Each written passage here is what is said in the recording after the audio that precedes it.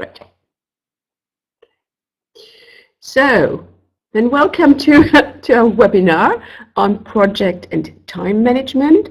It was announced as project and time management in business, but I think that project and time management is something that we can use everywhere in our life, be it in our academic life, be it in our personal life, or be it in business, really. So this will be, the general approach, making best use of what we know about what is good planning and how to use it. So this is what I would like to go through briefly.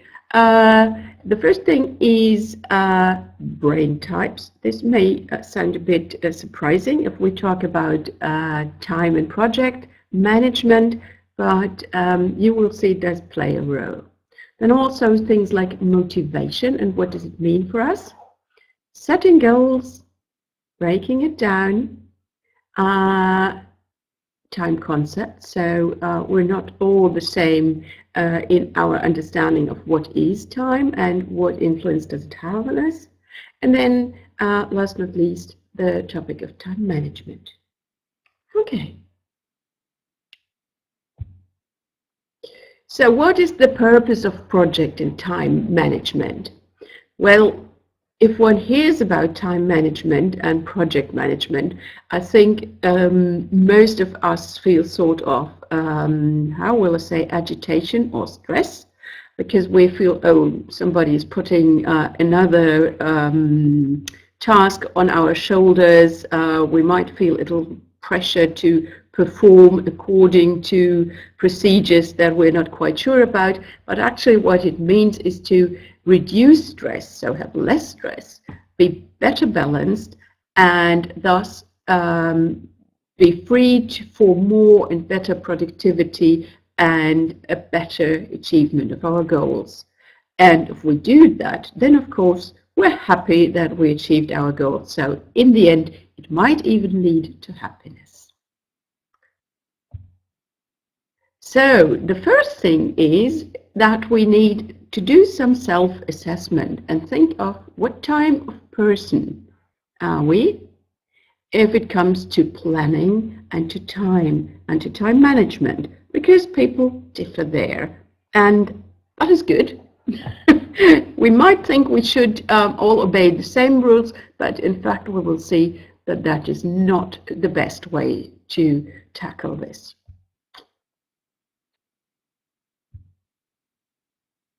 So we won't do this right now, but this is a point to take up later also, to do some self-assessment. So to think of what are your personal biggest challenges with regard to self-organization and to time management.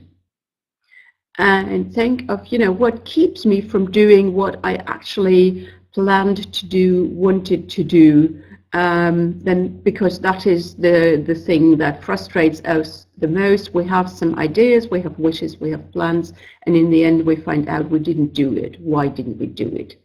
So we can find out that sometimes there are things that keep us from doing it, and then we can collect these points and cards, and we can put those that are internal factors on green cards, post-its if you like, because those are the ones we are able to change and we're able to control. And then we can put red for external factors that we cannot control ourselves. If we can't change it, then we just have to live with it. Then we will find out, if we think about ourselves and how we tackle things and how we deal with tasks and with problem solution, that there basically are two types of persons.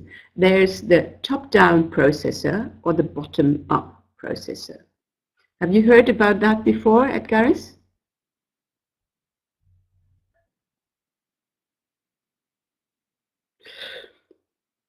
Okay, so The top-down processor is the one who would do the deductive thinking. So starting with the general, saying like having a topic like gardening, then start with gardening, then think of, well, you can have gardening for pleasure, you can have gardening for production. If you have gardening for production, then you can do organic gardening. So, you know, and so bring it down and make it smaller and smaller.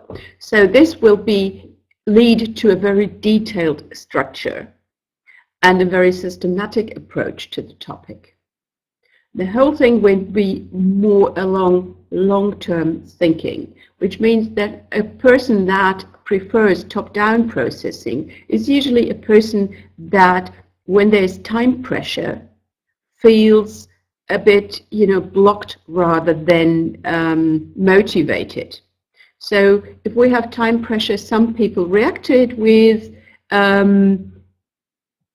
more activity and getting more productive, and others get panicky and can't really work well under time pressure. So the deductive person mostly are those persons that like to plan well ahead and have enough time for their tasks.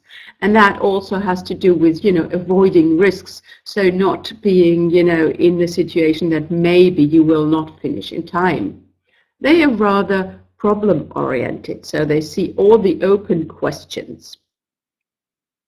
And then we have, on the other hand side, the bottom-up processor, and that is the more inductive kind of thinking. So process-oriented thinking, and from the wealth of information to the specific. So they will start with, you know, oh, gardening, oh, there are these nice flowers, and I love red flowers, and there are also blue flowers, but you could also have vegetables, and if you have vegetables, oh, I like this kind and that kind, and what you need to do. And so in the beginning, they start with a brainstorming. So all kinds of ideas come to them, and they are not in a very ordered structure there at the beginning, but they are usually very creative in that. People that like bottom-up work are not always, but tend to be people that can handle time pressure better than those that love the systematic approach, because if they get under time pressure, they get more creative, they get more productive, and they can then, you know, really fire away. Whereas if things are very far away, then they're less motivated, and they think, oh, I still have enough time, and why should I bother now, and yeah, I could do something else instead, and things like that. So these people would have less problems with taking chances and be more self-assured in the way that they think, I will find a solution. So they don't see the problems in the first place, they see more the solutions.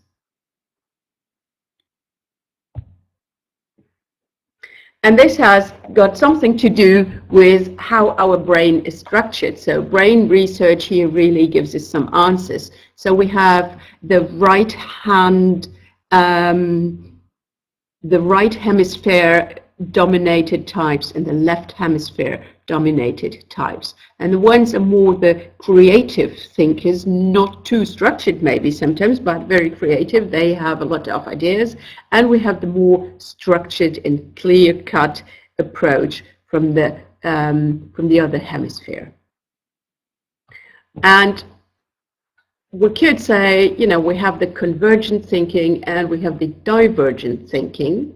And this is, of course, a personal feature in us, but it is also something that some cultures have a stronger shape, a stronger cultural pattern towards the convergent, and others appreciate, cherish more the divergent kind of thinking.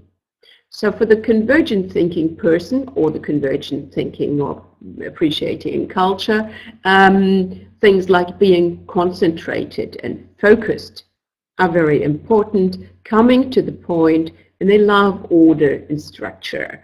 And those are people, you know, that can deal very well with to-do lists, with dates, appointments, and all this kind of things.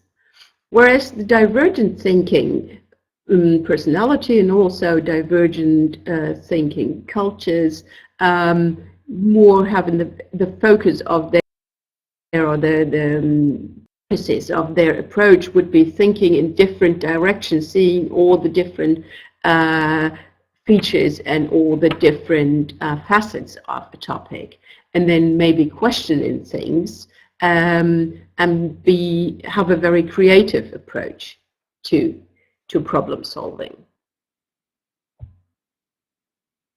And then also, what is important in this finding out about oneself is we have two different types of people when it comes to what is our best time to work.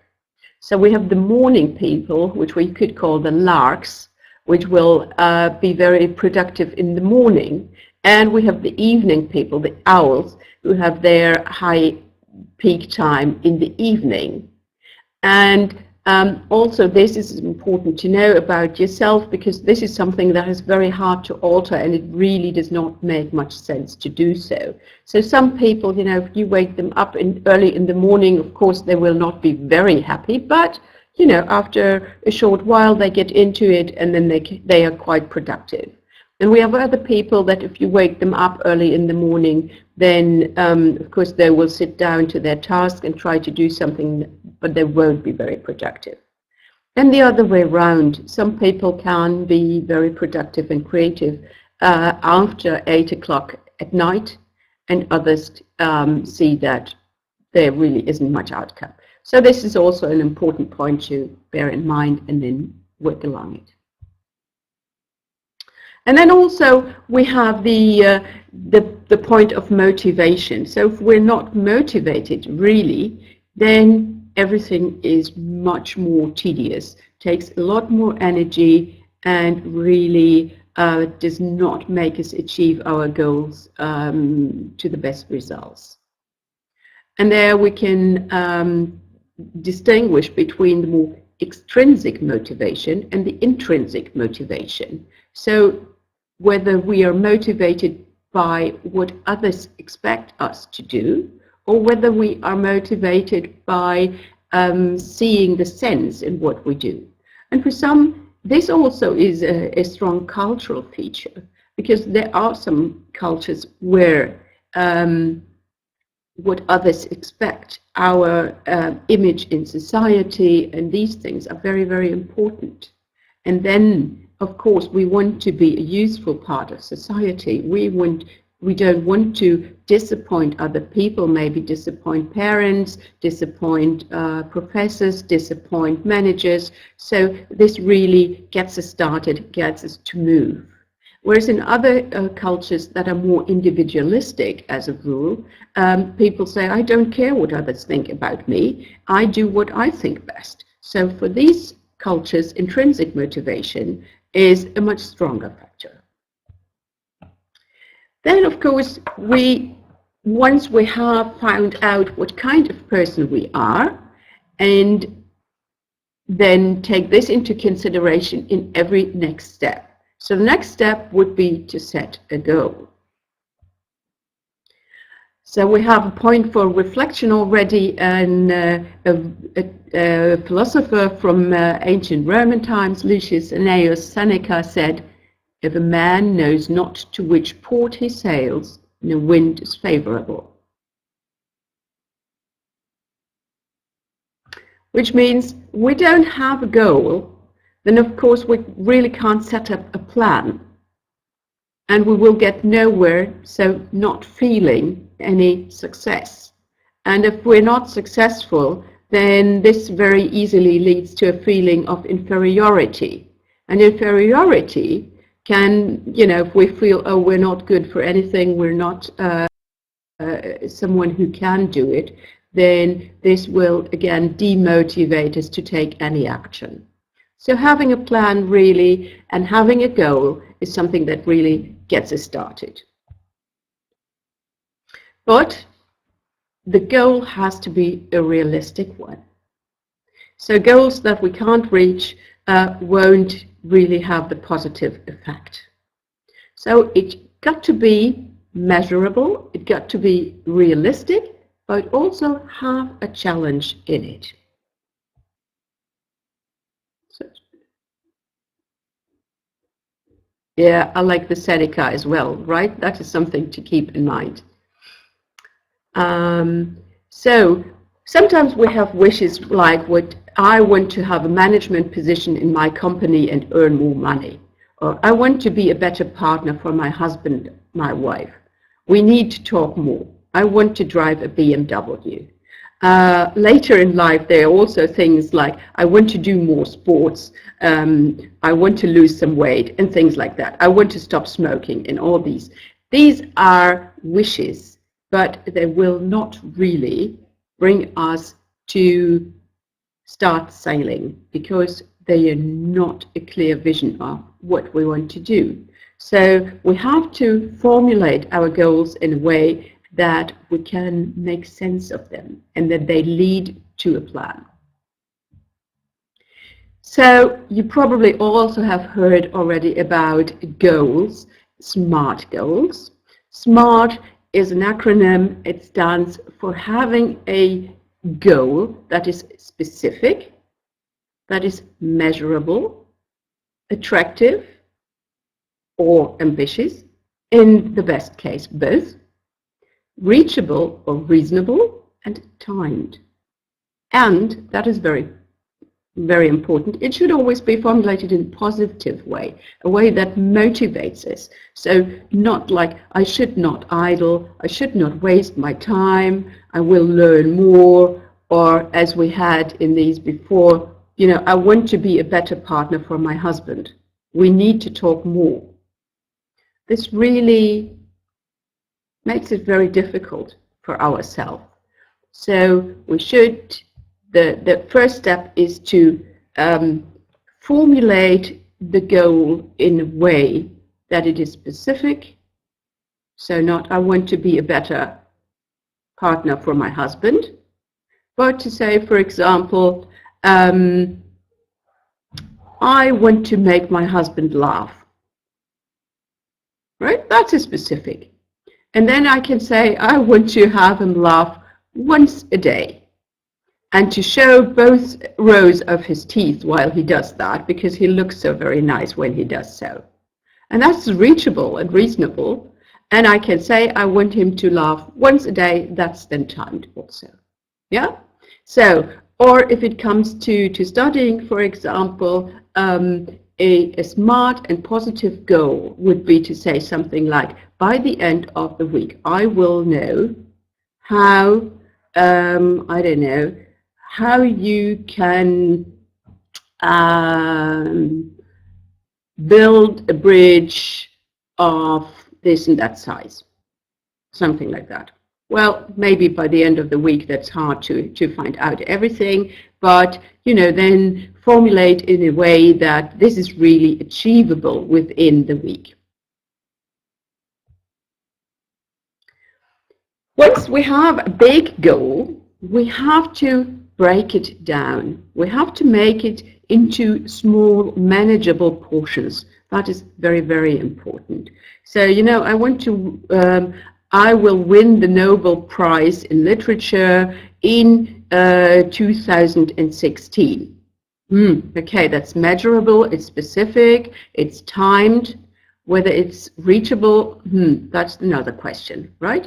So, but whenever we have a big goal, we need to break it down into smaller ones. So with a clearly defined scope, so say exactly of what should be in it and what will not be in it, have an indication of how we will measure the success. It should have an interesting focus, something that really makes us move. We should be able to fulfill that task, and it should be manageable within a limited time frame. To give you a very personal example, when I was writing my PhD thesis, of course, this was a big goal, and I had to break it down. And of course, I had to overcome, this point of fear, will I be good enough, and all these things. So what I did was I said to myself, I will write 3 pages every day. So that's a clearly defined scope. It is easy to measure the success, you know, write the 3 pages and success is there. The interesting focus was probably, you know, from what I wrote, and I was able to fulfill that. And it did work, yes, right? So it was manageable within a limited time frame in a day, and it worked very well, actually. So what I did additionally, I said, if I don't manage to write the 3 pages in one day, then I will have sort of a buffer in it. And buffers are also a very good thing to have. So I said to myself, I will write 3 pages every day, or at least 6 in 2 days. So I could say, you know, if I was, you know, really not having any ideas one day, I could make up the next day. Oh, it does accumulate for you. In what sense?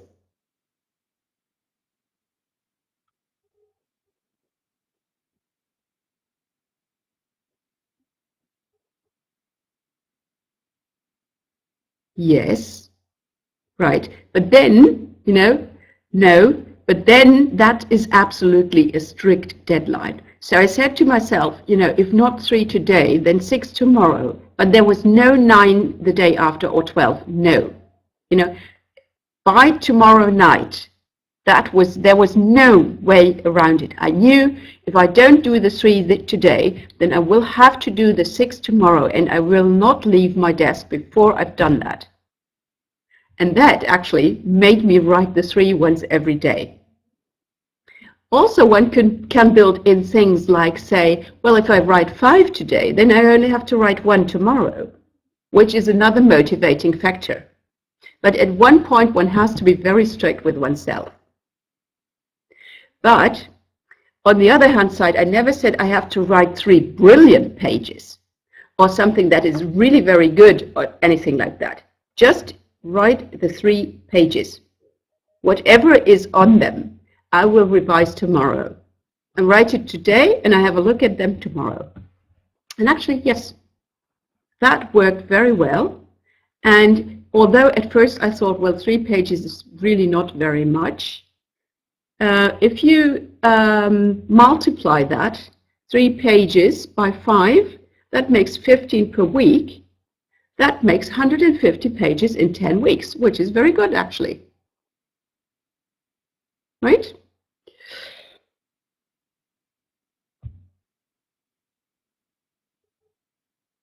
So, once you've broken down your goals into smaller tasks, that is very good.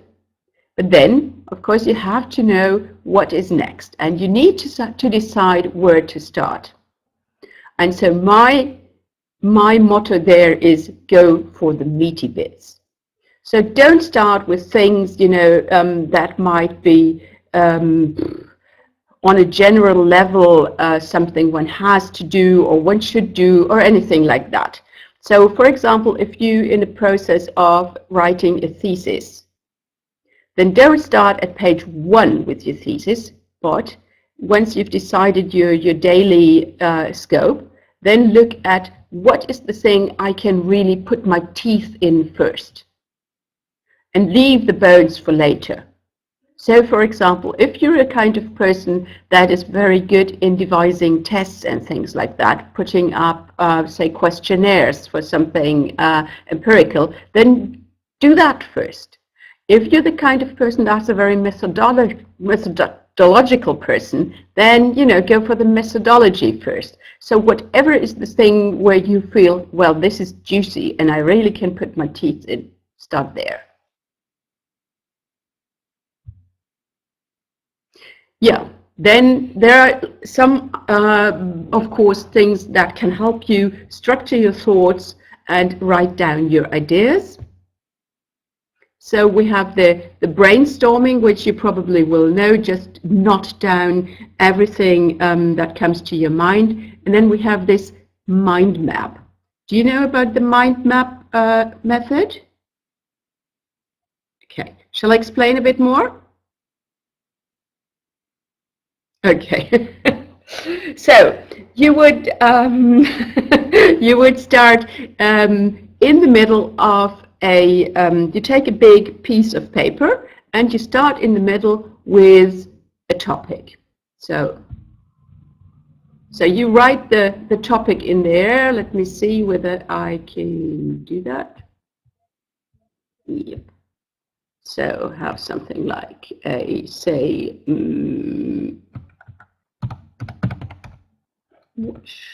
gardening, right?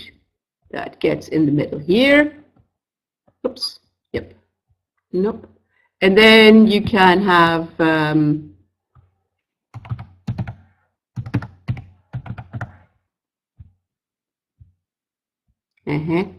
I wonder whether I can move these things. No, I can't. Okay. Can I? No, I can't. Oh, sorry.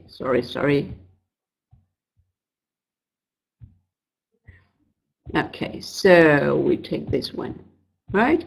So you start here, write something, and then you write an idea here, and an idea here, and an idea here. And then you think, what branches off this idea? Well, say, you know, you have the vegetable gardening, then you can say, well, you do something in summer, you do something in winter, you do some fruit, you need some whatever.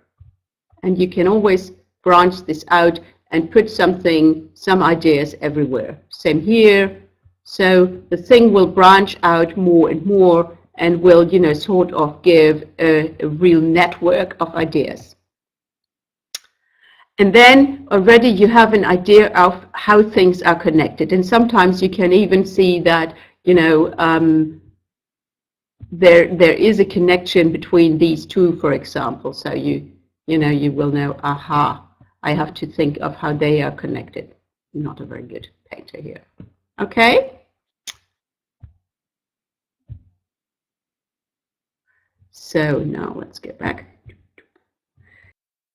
So, and you can do things like, for example, use different colors. You can have different sub-branches. You can use symbols or pictures.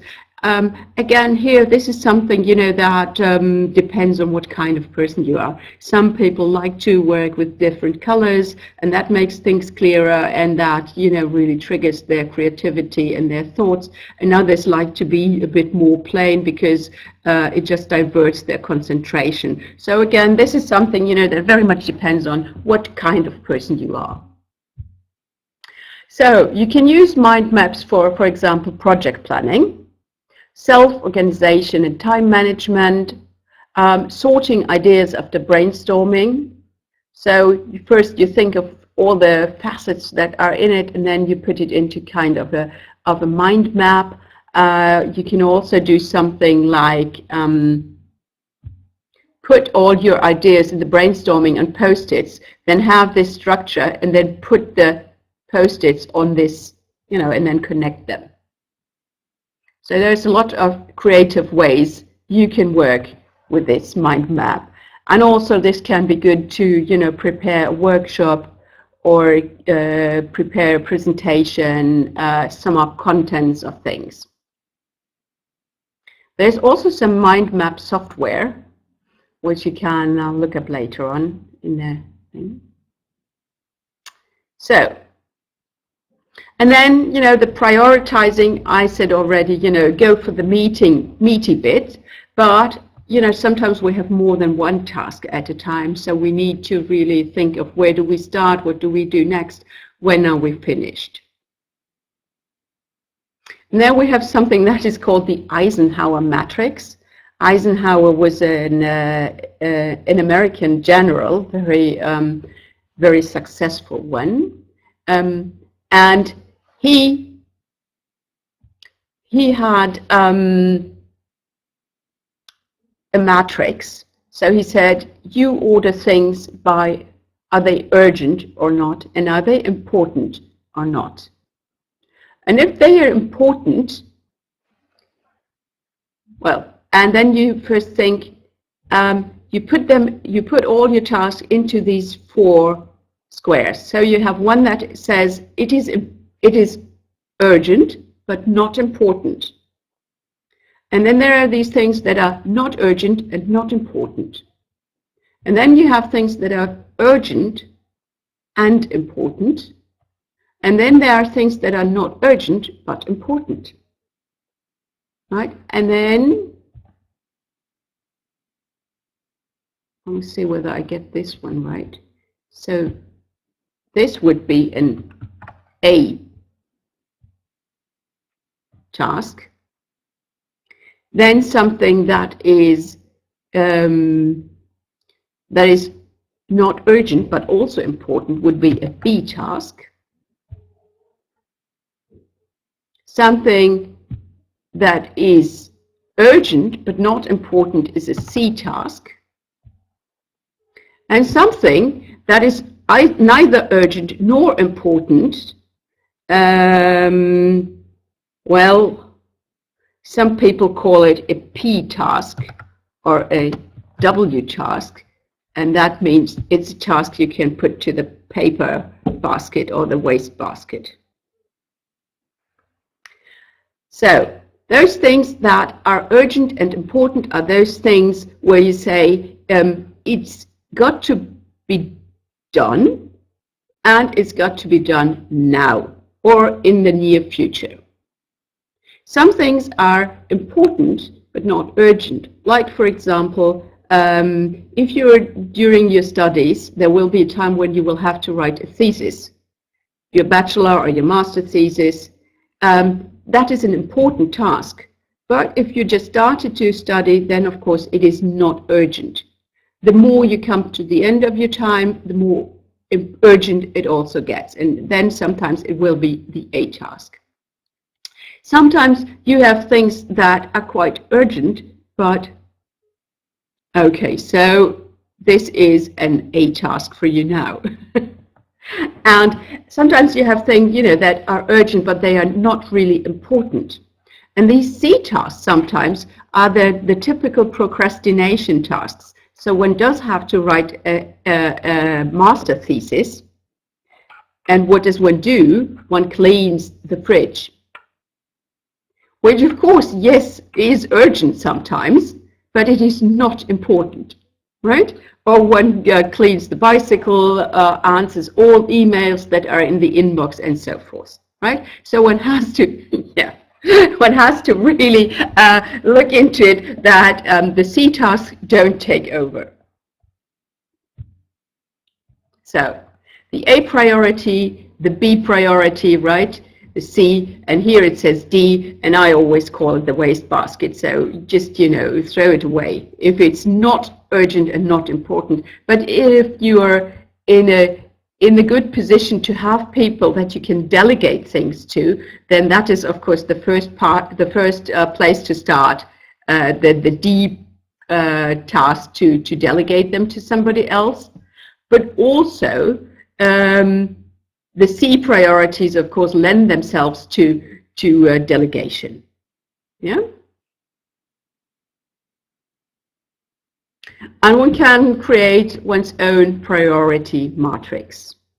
One can do it in such an elaborate way as shown here. One can also do it in a less elaborate way. Again, this depends very much on what kind of person are we. Some people that are the linear time management and the convergent type of thinker, they will be happy with this kind of table.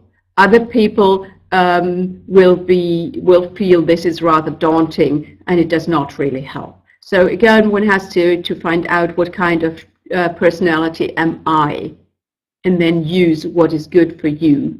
Because I personally would probably think a lot of time of how big is the percentage of time this will take, and that will not lead me probably nowhere.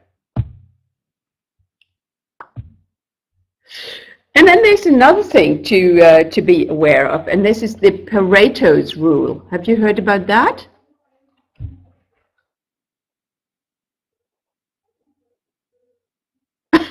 Yeah. Okay, yes. Uh-huh. Right. So Pareto was an Italian guy, a economist, and he found out that usually with 20% of the effort, we achieve 80% of the results. And the remaining 80% of our time is given to tasks that will not produce very much results. So this is something where we can see it's good to concentrate on the important things, but this also goes for quality. So sometimes, especially, if you start to write a master thesis, then of course our quality goal is set very high. Of course, we want, to write the best thesis that is possible. But at the same time, aiming very high sometimes can also block our creativity, and we really can't do our best because we're always staring at these 100% quality thing. So then it can be helpful to say, okay, I will not, aim for 100%. I will be satisfied with 80%. And the effect very often is that we get a much better result than what we were hoping for.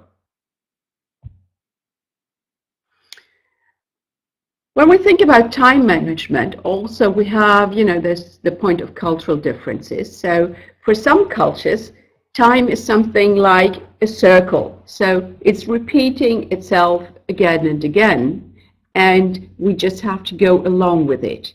For others, it is like a stream, like an arrow, and we can really measure it, we can use it as a resource, we can manage it effectively. And we talk about monochronic time perception or polychronic time perception. So for those where time is linear, punctuality is very important, planning is very important. They like to do one thing at a time, one after the other, one step after the other. For others, time is more fluid, more circular, and something we cannot really manage, we cannot really influence.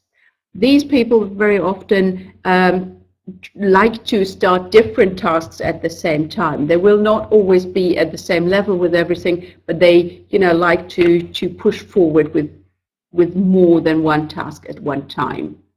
And you can very often also see, if you look at the desks of people, then also this tells you a lot about the way people work. Some people like to have a very clear desk, and other people have heaps of paper everywhere. So I'm the yes, my husband too. He's the type of having, heaps of paper everywhere. My dad also was an extreme case of that.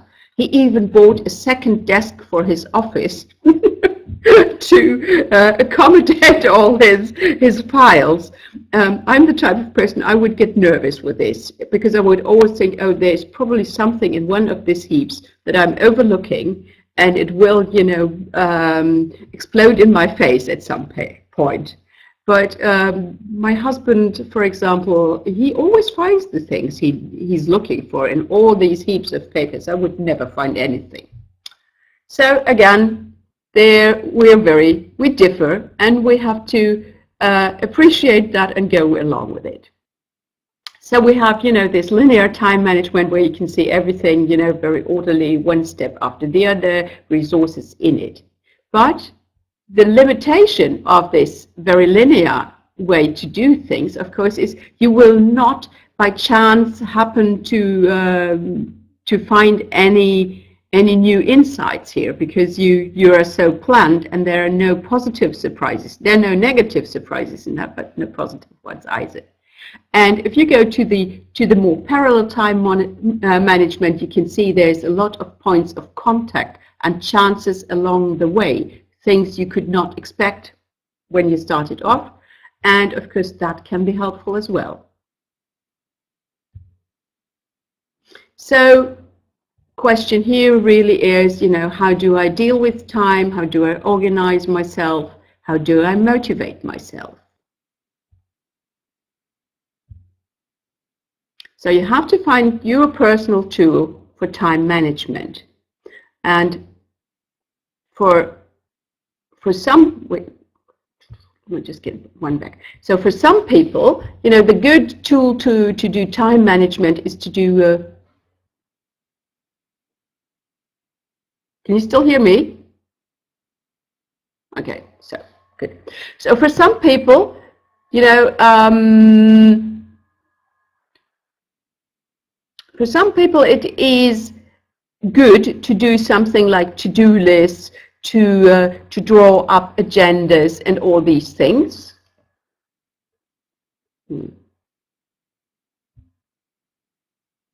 Sorry.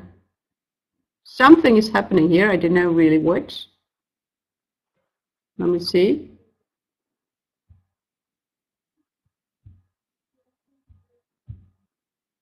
Ah!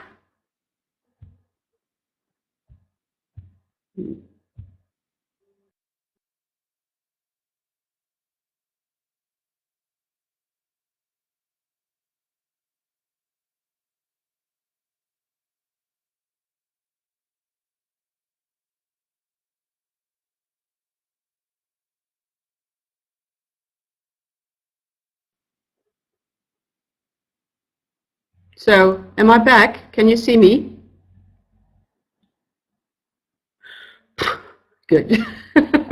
Okay, so again here, you know, one has to find the right way. Is it, you know, writing to-do lists? Is it keeping a good agenda? Or is it, you know, working in kind of mind maps with post-its, using different colors, being a color coordinated person, or whatever? Also, it is good to take some time to think of what are my 5 top time wasters or time thieves. So what is it that keeps me from being productive? And then what can what strategies can I develop to reduce time wasters? So to give you an example, for example, I sometimes have the tendency to start doing something, then my mind sets on something else, then I have a little interruption, do something, whatever, then come back and then start again and do things like that. So knowing that, I train myself to say, no, you're not getting up from this desk until you have finished this and that, and then you may go and have a coffee, or you do this first and then you will have a little sort of reward, whatever, you know, have a little walk or go on the balcony or whatever.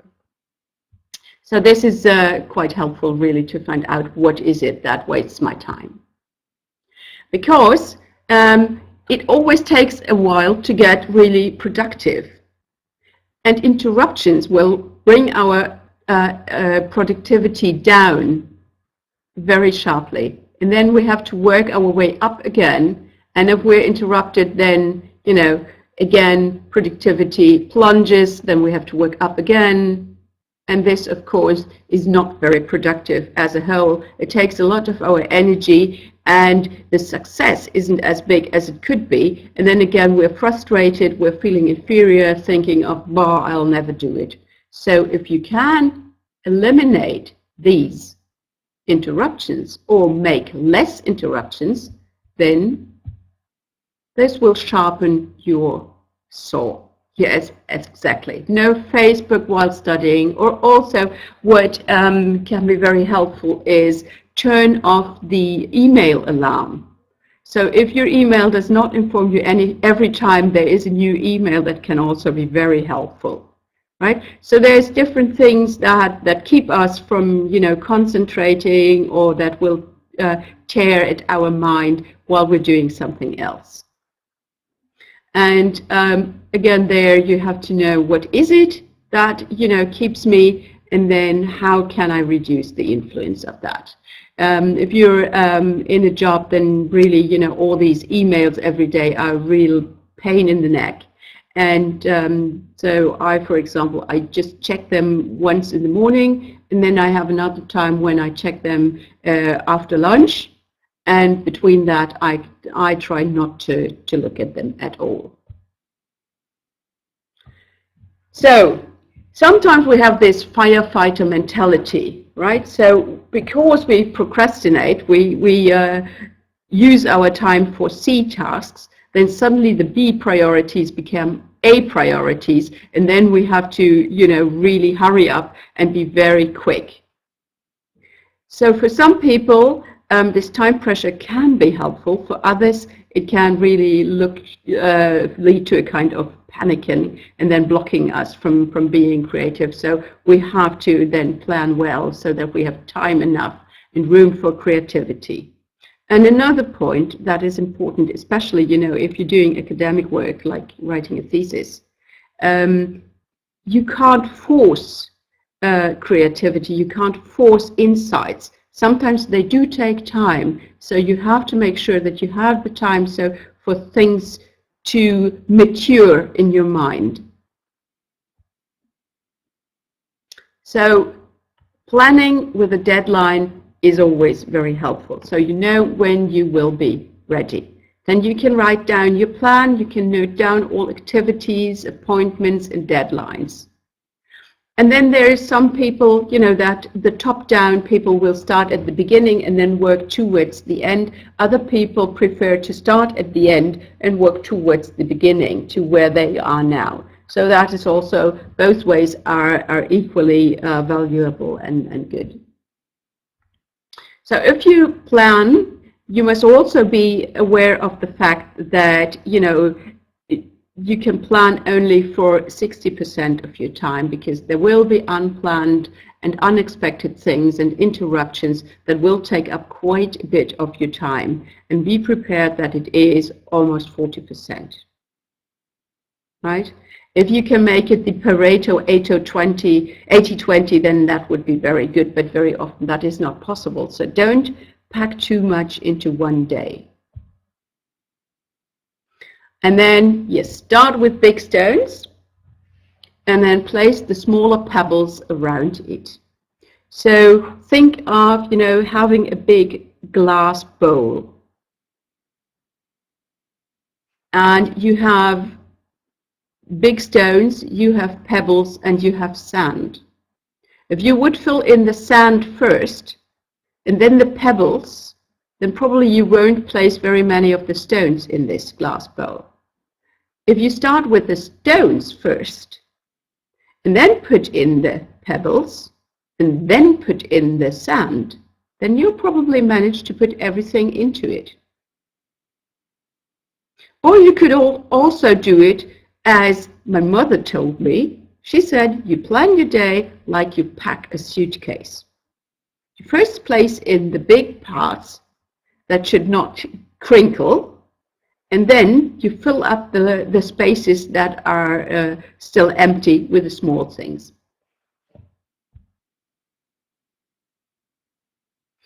So for some people,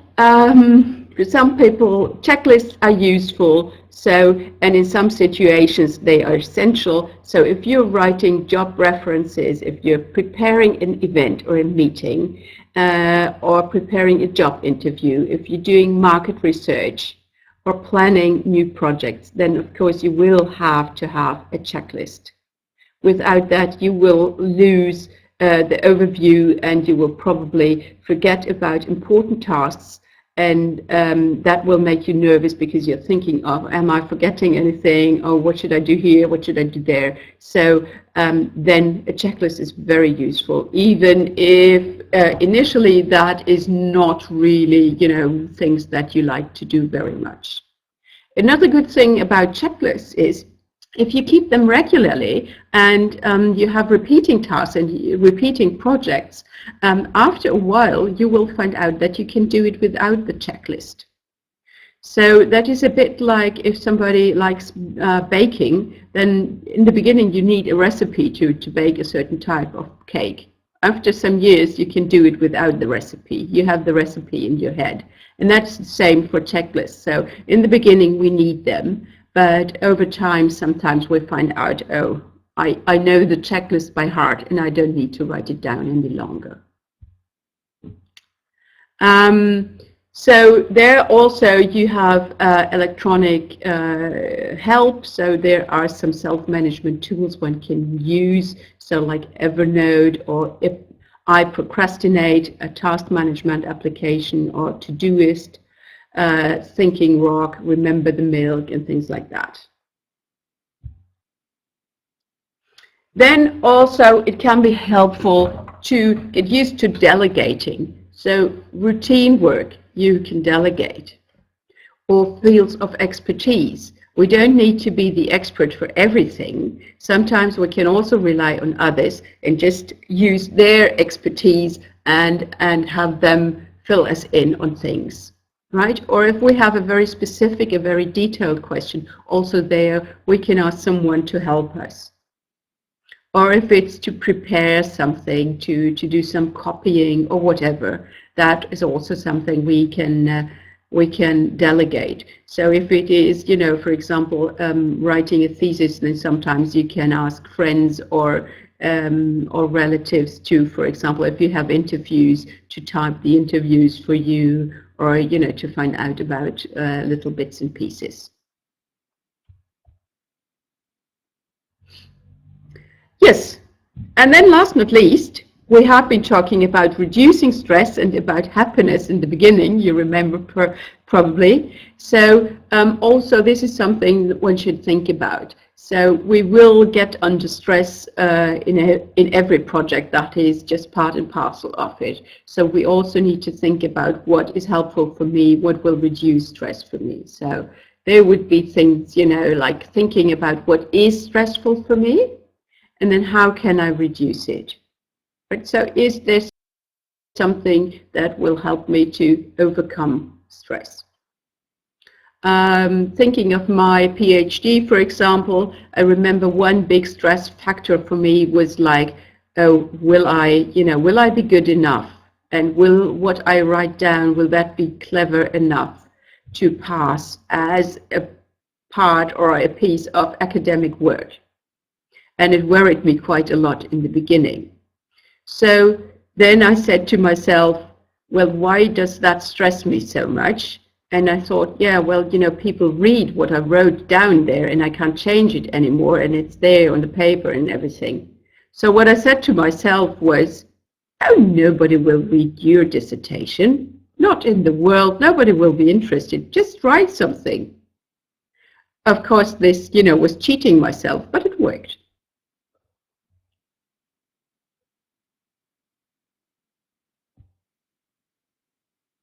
So there are different kinds of stress, positive and negative stress, of course. And also we have to find out about that. So what is positive stress for me? What, you know, makes me go, and what really blocks me from working well? And then relaxation techniques are also very good. So we have to think of that. We cannot be working and we cannot be productive all the time. So there has to be a balance between, you know, work and relaxation. And for some people, you know, going out for a good walk, jogging, doing sports, things like that are essential. For others, it's, you know, going to the movies or meeting with friends or whatever it is. It is important to find out what is good for you and what helps you to reduce stress. As just a hint, you know, sitting on the sofa and watching TV or browsing social networks usually is not as relaxing as we might think. You know, we might feel too tired to do anything useful, but usually it pays to think twice and maybe do something different, like, you know, listen to some music or really, you know, get some fresh air or something like that, because we will find that it is more relaxing than that. And then don't try to be, you know, someone who does everything at the same time. Don't try to be over perfect. Remember the Pareto principle.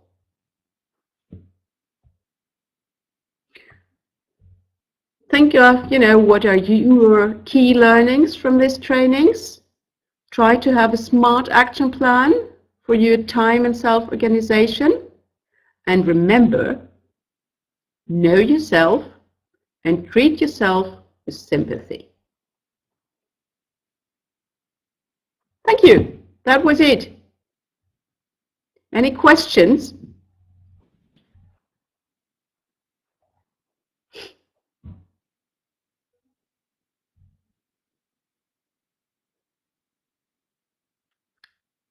Yeah. Anything else you would like to know? If you like stress, then that is positive stress for you, and that will help you.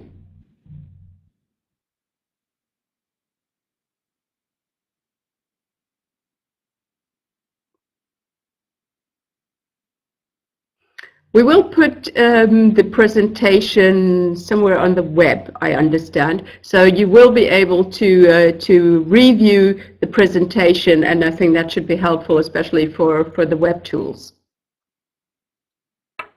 Okay. If there are no other questions, then I will say thank you for listening. Thank you for participating. And I hope it will be helpful for your future endeavors. Thank you.